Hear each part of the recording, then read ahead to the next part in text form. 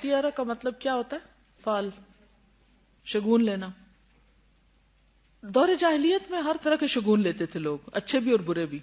ابو حسان کہتے ہیں کہ بنو عامر قبیلے کے 2 آدمی حضرت عائشہ کے پاس آئے اور کہا کہ نبی صلی اللہ علیہ وسلم کے حوالے سے ابو ہریرہ یہ حدیث بیان کرتے ہیں کہ گھر، عورت اور گھوڑے میں نحوست ہوتی. حضرت عائشہ غصے میں آ گئی. فرمایا اس ذات کی قسم جس نے محمد صلی اللہ علیہ وسلم پر فرقان نازل کیا، رسول اللہ صلی اللہ علیہ وسلم نے ایسی بات نہیں فرمائی. آپ نے تو فرمایا تھا کہ جاہلیت والے ان چیزوں سے برا شگون لیتے تھے. یعنی دور جاہلیت میں ان 3 چیزوں کو منحوس سمجھا جاتا تھا، کیونکہ آپ نے تو یہ فرمایا نا کہ کوئی بیماری لا ادوا، یعنی کوئی بیماری متعدی نہیں، نہ برے شگون کی کوئی حقیقت ہے، اور نظر لگنا برحق ہے، نظر لگتی ہے، یہ آپ نے خود فرمایا. اب بتا دیا نا کہ کیا ہوتا ہے اور کیا نہیں. اور جہاں تک پرندے سے شگون لینے کی حقیقت ہے جو عرب کیا کرتے تھے، تو ابو بردہ کہتے ہیں کہ میں عائشہ رضی اللہ تعالی عنہا کے پاس آیا اور کہا امی جان مجھے کوئی حدیث بیان کرے. ام المومنین تھی نا، تو اکثر صاحب ان کو امی بھی کہتے تھے، جو آپ نے رسول اللہ صلی اللہ علیہ وسلم سے سنی ہو. انہوں نے کہا کہ رسول اللہ صلی اللہ علیہ وسلم نے فرمایا پرندہ اپنی تقدیر کے مطابق اڑتا ہے، یعنی جہاں اللہ نے اس کے لیے مقدر کیا دائیں جانا یا بائیں جانا، وہ اس وجہ سے نہیں دائیں جاتا یا بائیں کہ وہ بتانا جاتا ہے کہ کسی کے لیے کوئی کام اچھا یا برا، یعنی وہ قسمت کے فیصلے نہیں کرتا ایک یا دوسری طرف اڑ کر. اور آپ کو اچھی فال پسند تھی، یعنی نبی صلی اللہ علیہ وسلم کو. پھر اسی طرح اس کے بارے میں سعد بن ابی وقاص کی ایک حدیث ہے. سعید بن مسیب جو تابعی تھے، انہوں نے سعد بن ابی وقاص سے پوچھا تو انہوں نے جھڑک دیا، یعنی بدشگونی کے بارے میں جب پوچھا تو جھڑک دیا اور کہا تمہیں یہ کس نے کہا ہے؟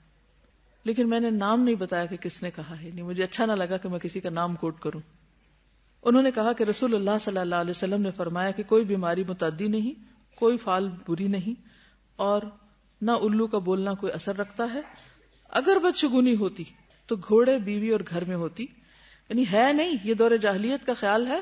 اگر ہوتی تو ایسا ہوتا جب تم سنو کہ فلاں علاقے میں طاعون کی بیماری پھیل گئی ہے تو وہاں نہ جاؤ، اور اگر تم اس علاقے میں ہو تو وہاں سے مت نکلو.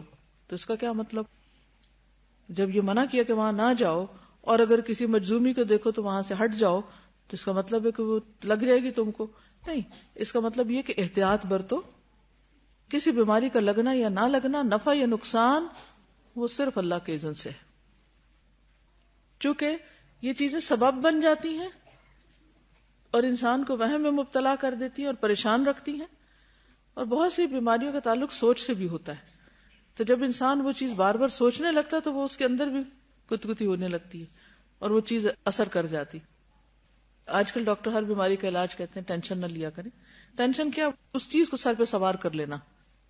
یہ اسٹریس اور خوف اور اس طرح کے جو توہمات ہیں، یہ ہمارے اندر ایسے ہارمونز ریلیز کرتے ہیں کہ جو ہماری امیونٹی کو افیکٹ کرتے ہیں، اور پھر واقعی وہ بیماریاں لگنے لگتی ہیں. ایک اور حدیث ہے حضرت جابر سے، کہتے ہیں کہ سمعت رسول اللہ صلی اللہ علیہ وسلم یقول طائر کل انسان فی عنقہ. جابر کہتے ہیں کہ میں نے رسول اللہ صلی اللہ علیہ وسلم کو فرماتے ہوئے سنا کہ ہر انسان کا شگون اس کی گردن میں لٹکا ہوا ہے، یعنی وہ خود اپنے اچھے یا برے حالات کا ذمہ دار ہے. اور جہاں تک اس چیز کا تعلق ہے کہ اگر نحوست ہوتی تو عورت گھر اور گھوڑے میں ہوتی. ان 3 چیزوں کا ذکر کیوں ہے؟ بیوی، گھر اور سواری کا، کیونکہ یہ ہر ایک کی ضرورت ہے، اور عام طور پر انسان کا ان چیزوں سے واسطہ پڑتا ہے. گھر میں وہ رہتا ہے، ساتھ اس کا کمپینین، اور پھر باہر نکلے تو سواری. تو امام نووی نے مسلم کی شرح میں لکھا ہے کہ گھر کی نحوست سے مراد اس کا تنگ ہونا، برے پڑوسی اور ان کی اذیتیں ہیں. عورت کی نحوست سے مراد اس کی زبان کی تیزی، یعنی بد اخلاقی، اس کا بے حیا اور بد کردار ہونا. گھوڑے کی نحوست سے مراد اس کا سواری کے قابل نہ ہونا، یعنی اس پہ کوئی سواری نہ کر سکے. بعض گھوڑے اکڑتے ہیں نا، یعنی وہ اگر ان کو آپ اس پہ سوار ہو تو وہ اگلے ٹانگیں اٹھا دیتے. جہاد کے لیے استعمال نہ ہونا، یعنی نیکی کے کام میں سواری کا استعمال نہ ہونا، یہ نحوست ہے. اور یہ بھی کہا گیا کہ قیمت زیادہ مگر استعمال کم. رات ہی میری کسی سے بات ہو رہی تھی اور ان کا بار بار اصرار یہی تھا کہ اچھی گاڑی لینے میں حرج کیا ہے. میں نے کہا اچھی کی حد کیا ہے؟ ایک حد ہونی چاہیے. کہا کہ اگر اللہ توفیق دے کسی کو تو فراری وہ لے لے. تو میں نے کہا وہ تو استعمال کے قابل نہیں ہوتی, وہ سواری کے قابل نہیں ہوتی, صرف شان و شوکت والی. تو 4 لوگ بھی نہیں بیٹھ سکتے, 2 ہی بیٹھیں گے اس میں, اور پھر سامان بھی نہیں رکھ سکتے. اور پھر ایسی گاڑی سواری کے لیے تو نہیں ہوتی, ایسی گاڑی تو صرف کبھی کبھار نکلنے کے لیے ہوتی. تو اتنا پیسہ اس میں کیوں بلاک کر دیا جائے؟ تو یہ بھی نحوست ہے اس کی. اسی طرح خادم کی نحوست سے مراد اس کا بد اخلاق ہونا, اپنی ذمہ داریوں کو پورا ادا نہ کرنا. اور ایک قول یہ بھی ہے کہ نحوست سے مراد عدم موافقت.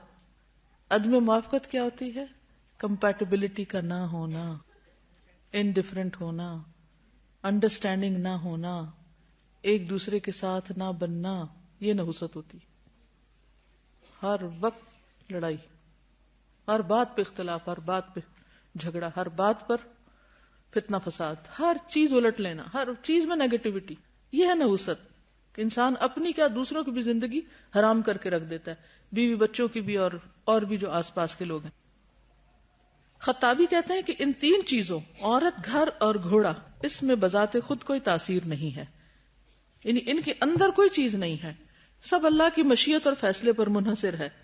3 چیزوں کا اس لیے خصوصی طور پر ذکر ہے کہ انسان کو سب سے زیادہ واسطہ انہی چیزوں سے پڑتا ہے, ورنہ کوئی بھی چیز ایسے ہو سکتی ہے کہ جو انسان کے لیے فائدے کی بجائے نقصان کے ذریعے ہو.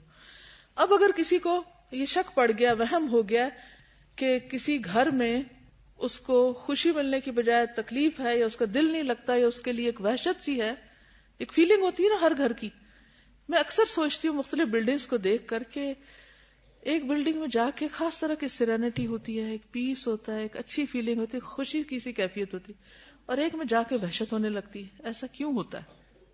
کچھ شہروں میں, کچھ علاقوں میں, کچھ گھروں میں, کچھ لوگوں کے پاس, کچھ سڑکوں پہ, کچھ ایریاز میں ایک عجیب سی بے سکونی اور وحشت ہوتی, اور کچھ جگہوں پر آپ جاتے تو ایک دم آپ کا دل کھل جاتا ہے.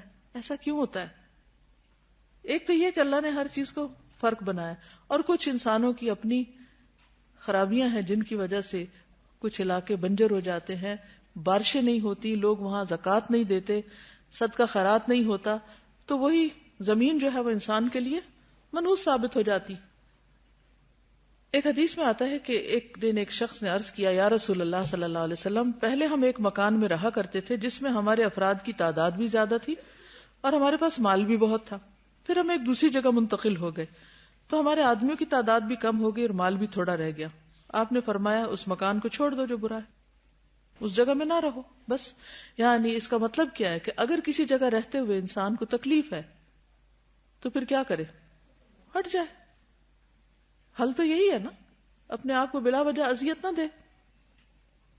اسی طرح اگر بیوی بد اخلاق ہو تو کیا حل بتایا گیا؟ لقیط بن صبرہ سے روایت ہے کہ میں نے کہا, یا رسول اللہ صلی اللہ علیہ وسلم, میری بیوی ہے اور اس کی زبان میں کچھ ہے, یعنی وہ بد زبان ہے. آپ نے فرمایا اس کو طلاق دے دو. میں نے کہا, یا رسول اللہ, ایک مدت تک میرا اور اس کا ساتھ رہا ہے اور میرا اس سے ایک بچہ بھی ہے. فرمایا اس کو نصیحت کرو, اگر اس میں بھلائی ہے تو سمجھ جائے گی, اور ایسے مت مارنا جیسے اپنی لونڈی کو مارتے ہو, یعنی غلاموں خادموں کو جو مارتے ہو اس طرح نہیں مارنا اس کو, یعنی اس کا ایک مقام ہے بیوی کا. تو بہرحال اس سے بھی رہنمائی ملتی ہے کہ کچھ رشتے تو نہیں چھوڑے جا سکتے, لیکن کچھ رشتے ایسے ہیں کہ جن سے پھر انسان کا رہنا دوبھر ہو جاتا ہے. اگر کوئی شخص ہر وقت گالی دے رہا ہے اور کوئی شخص ہر بات پر نکتہ چینی کر رہا ہے, تو آپ اپنا ایمان کس حد تک بچا سکتے ہیں؟ ایک لمٹ ہوتی ہے نا ہر چیز. اور پھر اس میں آپ دیکھیے کہ اس شخص کی وہ نحوست اصل میں کیا ہوئی, پھر کیا ہوئی؟ اس کی بد اخلاقی ہوئی نا, وہ نحوست ہے. بحیثیت انسان اس کے بس میں کچھ نہیں ہے. تو کسی بھی چیز سے کہ یہ کتاب میں نہیں لے رہی کیونکہ یہ کتاب کا رنگ سبز ہے اور ہمارے ہاں سبز رنگ ہم کو سوٹ نہیں کرتا, تو یہ چیز نہیں ہونی چاہیے. نہ سبز رنگ میں کچھ ہے, نہ کتاب میں کچھ ہے. ہاں, اگر کسی کتاب کے اندر کوئی ایسی چیزیں لکھی ہوئی ہیں جو اللہ کو پسند نہیں, تو ہو سکتا ہے اس کا کچھ اثرات ہوں, لیکن کسی بھی چیز کی برائی یا کسی بھی گناہ کی بہرحال اپنی نحوست ہوتی ہے. مگر عام چیزوں کو منحوس قرار دینا یہ درست نہیں. نحوست پکڑنا شرک ہے, علاج اس کا توکل ہے. اور کسی کام سے صرف شگون پکڑ کے رک جانا یہ بھی شرک ہے.